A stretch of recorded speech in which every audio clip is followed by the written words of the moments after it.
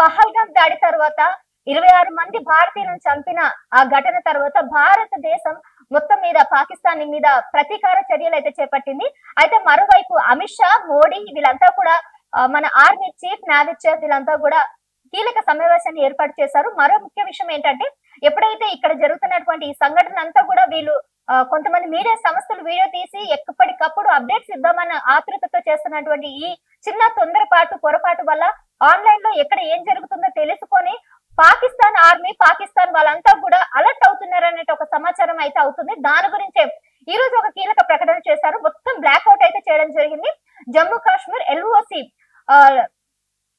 అక్కడ ఏదైతే ఉందో కంట్రోల్ లైన్ ఏదైతే ఉందో అక్కడ మొత్తం కూడా పవర్ కట్ చేశారు. అక్కడ ఎక్కడ కూడా విద్యుత్ సరఫరా అయితే వేయడం లేదు. అంతేకాకుండా బార్డర్ లైన్ లో మొత్తం కూడా పవర్ సప్లై అయితే ఆపివేయడం జరిగింది. ముఖ్యంగా ఢిల్లీ, గుజరాత్, పంజాబ్ ఈ ఏరియాలో ఉన్నటువంటి పవర్ కట్ అయితే సప్లై చేయడం ఆపేసింది. అంతేకాకుండా మాధ్యమ సంస్థలు అంటే మీడియా అన్నిటికీ కూడా హెచ్చరించింది. ఏ విషయాలు కూడా భారత్ కి సంబంధించిన చిన్న కోస కూడా ఏం జరుగుతుంది, ఏం చేస్తున్న విషయాలు ఎక్కడ కూడా మీడియా సంస్థలు ప్రకటించకూడదు అనేసి అయితే హెచ్చరించింది. దీని వల్ల పాక్ చాలా జాగ్రత్త పడుతుంది అన్నట్టు కూడా వాళ్ళని అలర్ట్ చేసేందుకు మనమే అవకాశం ఇస్తున్నాం అన్నట్టు కూడా భారతదేశం మాత్రం ఖచ్చితంగా మీడియా సంస్థలకు ఒక ఆదేశం అయితే ఇచ్చింది. దాంతో ఇప్పుడు కొద్దిగా అలర్ట్ గానే ఉంటున్నాం. కేవలం పాక్ లో ఏం జరుగుతుంది, ఏం చేశారనే విషయాలను మాత్రమే వెల్లడించాలి తప్ప ఇక్కడ ఏం జరుగుతుంది, ఏం చేయబోతున్నారు, ఏం ప్రయోగించబోతున్నారు కూడా తెలియకుండా ఉండడానికి ప్రయత్నిస్తున్నారు. అంతేకాకుండా మిసైల్ ఏదైతే ఉందో S-440 దానిని మంగళవారం రాత్రి అర్ధరాత్రి ప్రయోగించడం ద్వారా అర్ధరాత్రి 8వ తేదీన 11 గంటల సమయంలో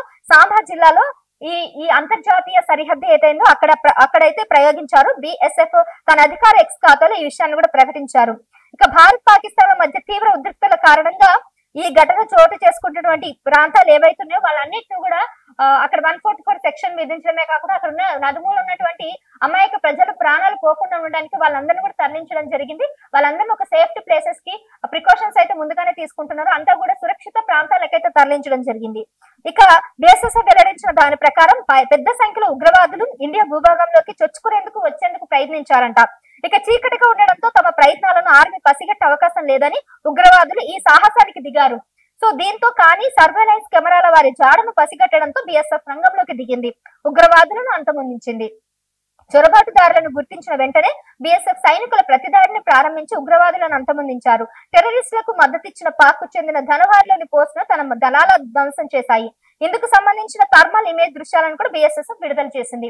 ఇది ఇంకా ఇవాళ అప్డేట్స్, ఇంకా చాలా అప్డేట్స్ అయితే రావాలి. మరి ఈ వాతావరణం, యుద్ధ వాతావరణం ఎప్పటి వరకు జరుగుతుంది, ఏం జరుగుతుంది అన్ని తెలియాలంటే కీప్ వాచింగ్ అవర్ ఛానల్. మేము ఎప్పటికప్పుడు అప్డేట్స్ ఇస్తూనే ఉంటాము.